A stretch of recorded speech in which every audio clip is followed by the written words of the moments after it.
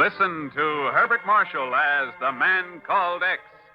Wherever there is mystery, adventure, intrigue, in all the strange and dangerous places of the world, there you will find the Man Called X.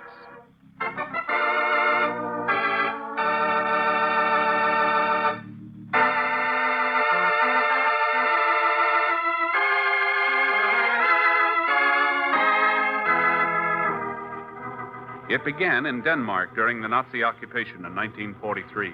Later, Singapore provided one of the links in the chain.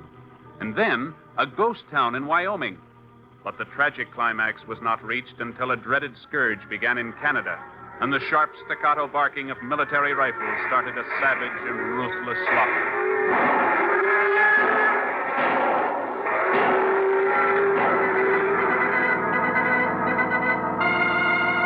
Yeah, I've seen the reports, Ken. Over 1,500 head of cattle already destroyed. And nobody knows how many thousands more will have to go before they get under control.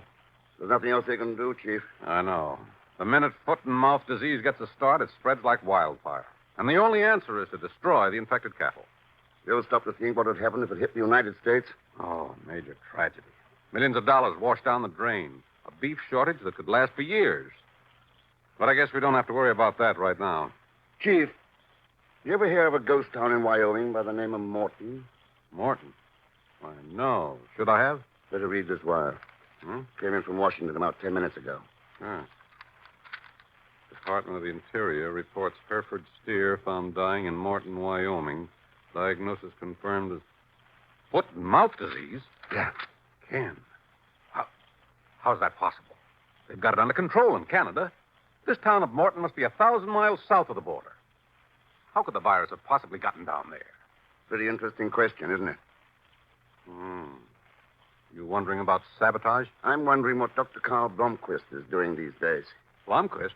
The Danish scientist? The expert on diseases of cattle? Yeah. He was suspected of collaborating with the Nazis in biological warfare experiments. Sure, but it was never proved.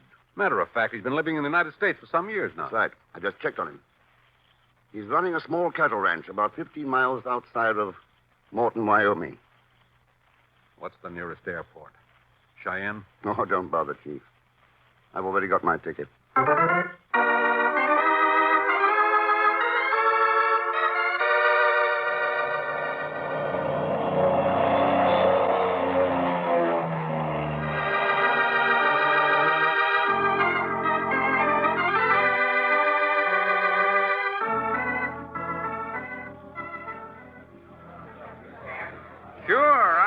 We can fix you up with a charter plane, mister. Where are you figuring on flying to? Up around Morton. Morton? You sure that's where you want to go? Any reason why not? Well, it's none of my business, mister, but Morton's a ghost town. Nobody's lived there for over 50 years, except maybe Jim Saunders. Saunders? Yeah, that's him out there, gassing up that plane on the parking strip. He lives around there or somewhere close by. And maybe he'll fly you out there. But why not ask him? Yeah, I think I will. Thanks. Sure thing, mister. Glad to help.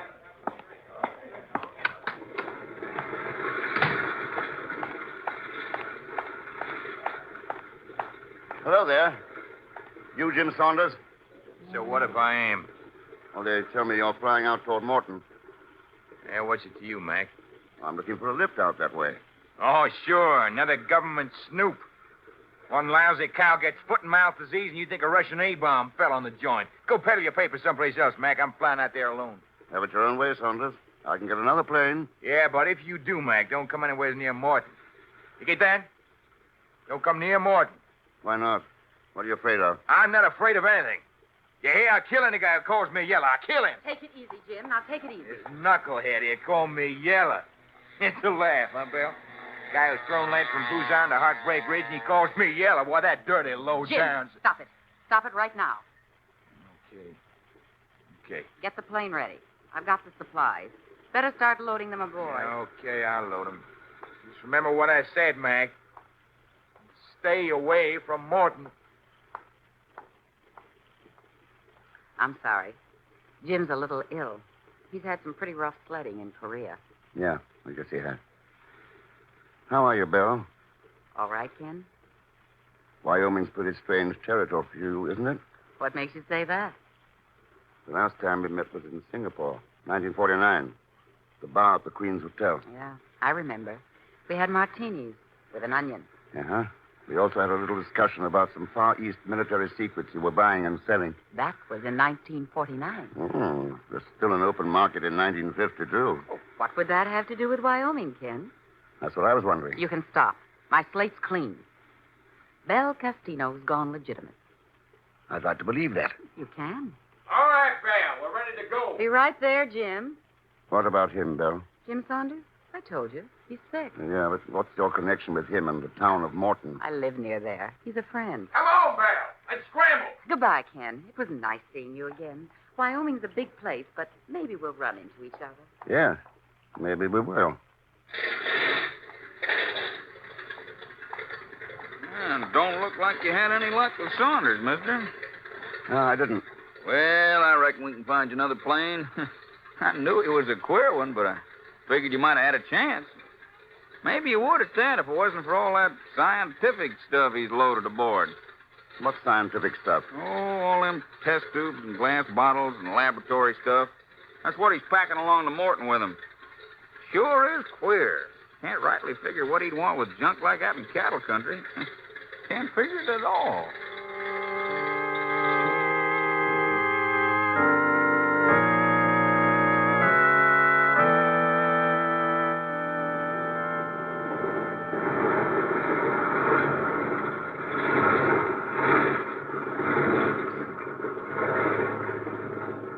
Tower, from NCX 327. Request clearance for takeoff. Over. NCX 327. Runway's yours. Scramble anytime. Wait, hold it. This guy just came in here. Hey, you can't do that. Hey, you! Help, Mr. Thurston. This is Bacon's Elspeth. Don't take off yet. Wait for me. Wait for me!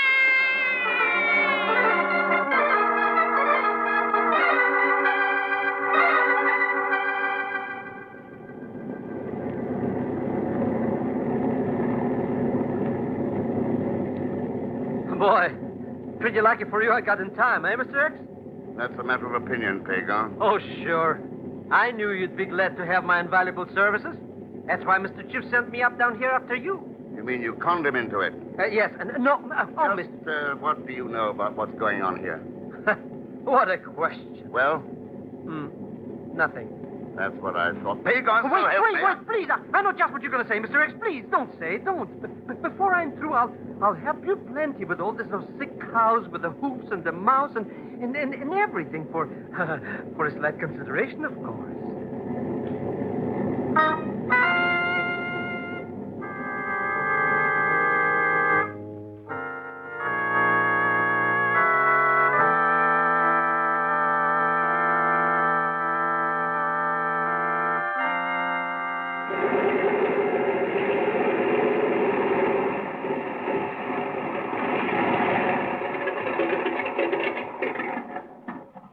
Okay, Pagon. End of the line.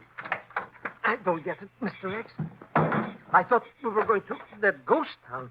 What's this place? Dr. Carl Blomquist Ranch. Blomquist? Hey, I remember him. He was a big scientific shot in Denmark or someplace. Always making with experimental stuff. Yeah. So what are we going to see him for? To learn what he can tell us about foot and mouth disease. We are? But, Watch it! That tall grass. Quick.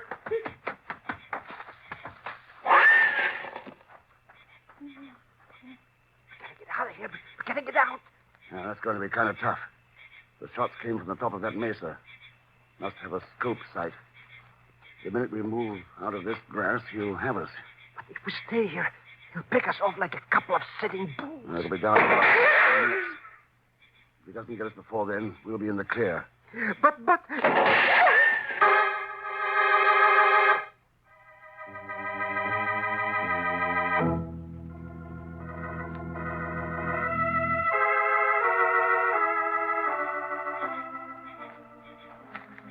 Look, Mr. X, why don't we just get into that airplane and go back to Cheyenne? Maybe that character with the rifle is still hanging around. I came out here to ask Blomquist some questions about foot and mouth disease, Pagon. And I got a few more to add to the list. What kind of questions? We land a plane practically in the front yard. Somebody uses us for target practice. And nobody's come around to see what the fuss is all about. Hey, that's right. Hey, maybe the joint's deserted and everybody took it in the lab. That's one of the things I want to find out. Look in the bunkhouse and the outbuildings. I'll check the ranch house. Then come back here and let me know what you find. But it's dark out there, Mr. X. Oh, go on. Okay. Ah, what a mishmash just because I'm crazy talking.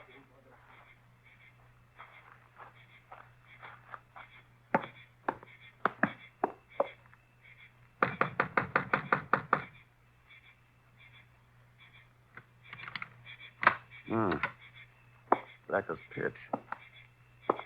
Ought to be a light around somewhere.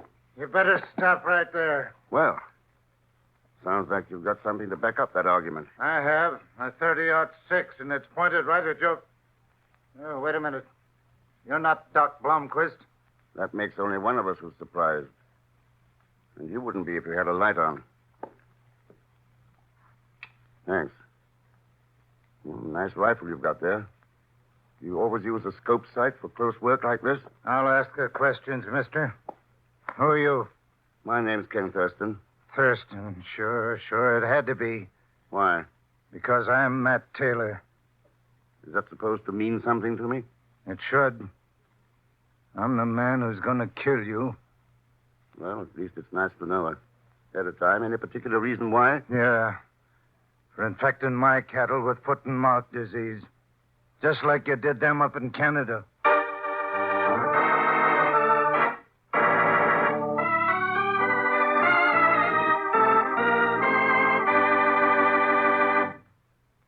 We'll return to The Man Called X in just a moment. And now, Act Two of The Man Called X, starring Herbert Marshall with Leon Belasco as Pagon Zellschmidt.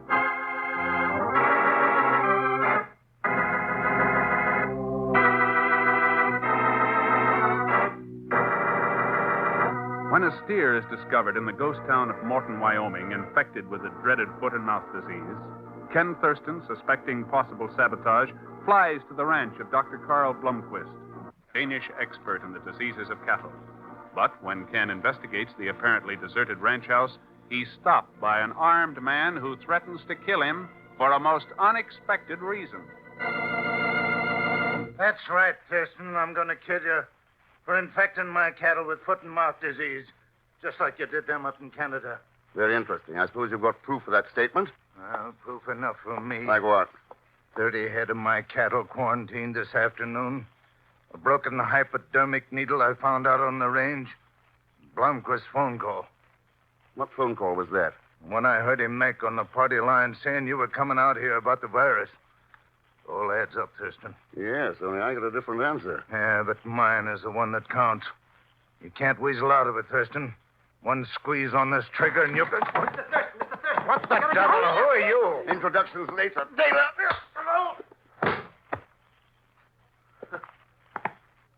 What? Sounds like a Mr. X, huh? Who's the joker with the rifle?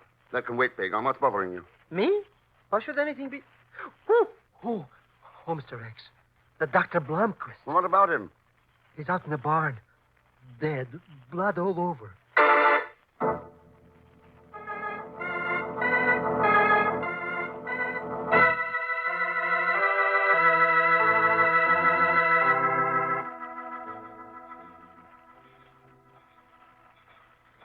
That's right, Mr. X. I went looking around in the barns and things like you said. And when I turned the light onto this place... that's what I found. Yes. It's Blomquist, all right. Oh, but who would want to do such a thing to him? And why? Take a look at those storage bins back there. Hey, look at all that junk, Mr. X. Tubes and glasses and jars and glasses and tubes. Yeah, look here. The stuff inside this beaker looks like a culture soup. It does? Why should anybody cook soup in the barn? To get the concentrate. What? Pagan, I'd be willing to bet that Blomquist was developing the virus of foot and mouth disease in here. You collect your bet, Ken? Yeah. Hello, Bill. Thought you flew to the town of Morton with Jim Saunders. I did. Then what are you doing here? And how do you know about this culture? That's easy, Ken. My name isn't Belle Costino anymore. It's Mrs. Carl Blomquist.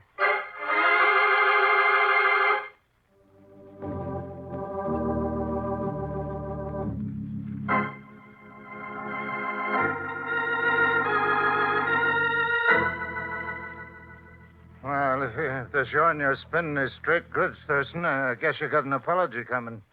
And I deserve that sock on the jaw. Now, let's say you jumped to conclusions a little too fast, Taylor. Yeah, it sure looks like it, all right. What with Doc Blomquist being the skunk I was really after... sorry, ma'am. It's all right, Mr. Taylor? You're still jumping too fast, Matt. Yeah, I am. But you just said that Mrs. Blomquist here admitted that stuff in the doc's lab was foot and mouth virus. That's right. But my husband wasn't deliberately infecting cattle with it. He was trying to develop a vaccine that would wipe out the disease. Well, I don't know.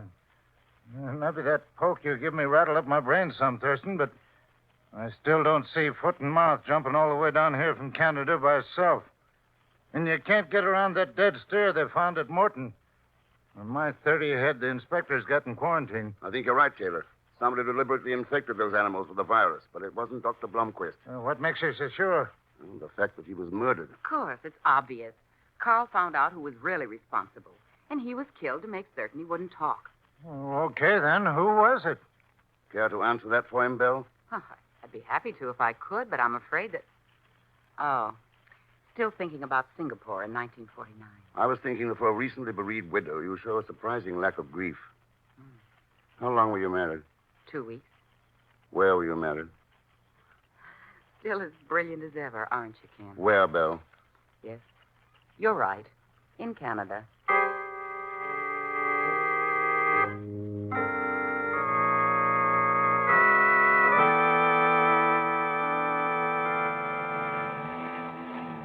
I don't get it, Mr. X. You practically put the finger on that luscious lollipop, Belle Costino, and then you borrow this rattle-trump truck from here to go visiting ghost towns. What do you want to learn in this Morton joints anyway? How that steer got foot and mouth disease. Why Jim Saunders wants laboratory equipment in cow country. Who killed Carl Blomquist?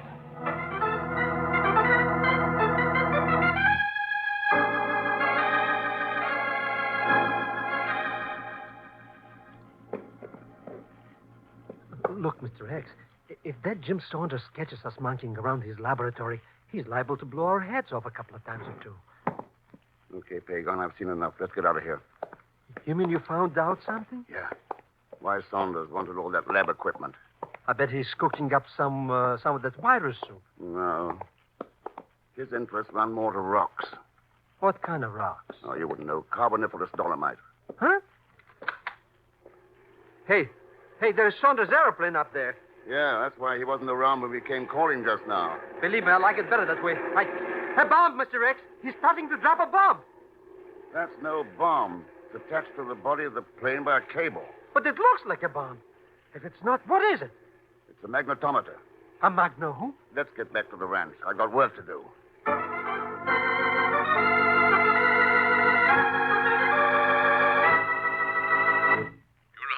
right, Ken. The geological surveys checked right down the line. But how you ever figured that one out, I'll never know. That's all important now, Chief. Any other reports of foot and mouth disease come in? Not so far. The Lord only knows what'll happen in the next 24 hours. You won't have to wait more than 2. What do you mean? What's going to happen in the next 2 hours? It's already happened. The sun's gone down in Wyoming.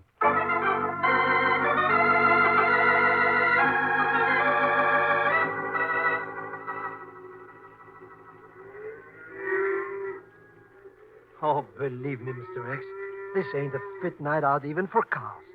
Look at them moving around out there and making funny noises. There's a storm coming up. Thunder and lightning always make cattle nervous. Taylor will be lucky if his stock don't stampede. Sure, just what I said. So why don't we stop hiding these rocks and go back to the ranch house? We can wait there for whatever we're waiting for. This is the only part of Taylor's herd that's not under quarantine now. Whatever's going to happen tonight will happen right. Yeah, listen. So what? Another cow coming up to get a little company. That's a horse and rider, you idiot. Quiet now.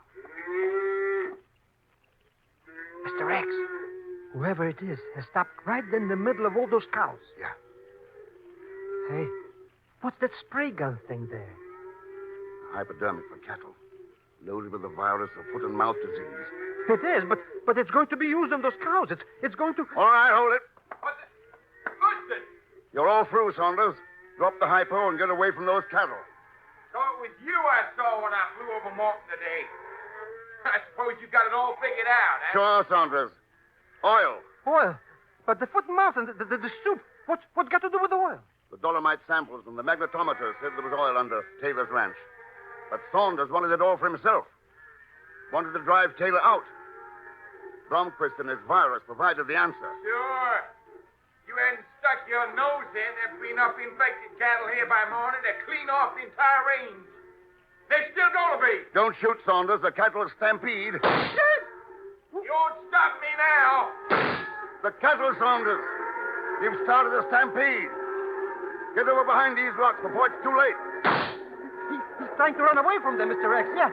They're on all sides of him. And, oh, look! Look!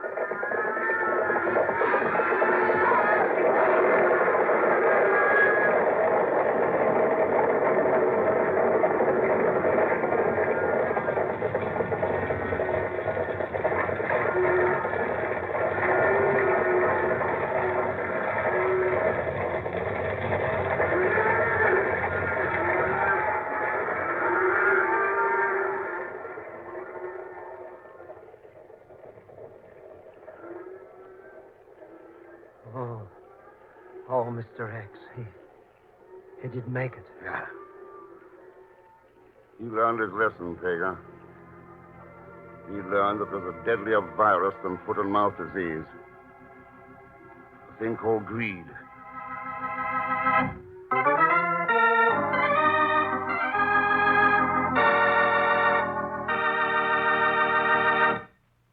And now, here is our star, Mr. Herbert Marshall. Thanks for being with us. And my thanks to Lucille Meredith, Will Wright, Herb Vigran, Lamont Johnson, and Bob Griffin. Next week, the jungles of Malaya and a search for a man who doesn't deserve to be called a man. Rather, a monster. And no, I don't mean Leon Balescu, although he'll be along as usual as Pagon Zellschmidt. So join us, won't you, when next I return as the man called X. Good night.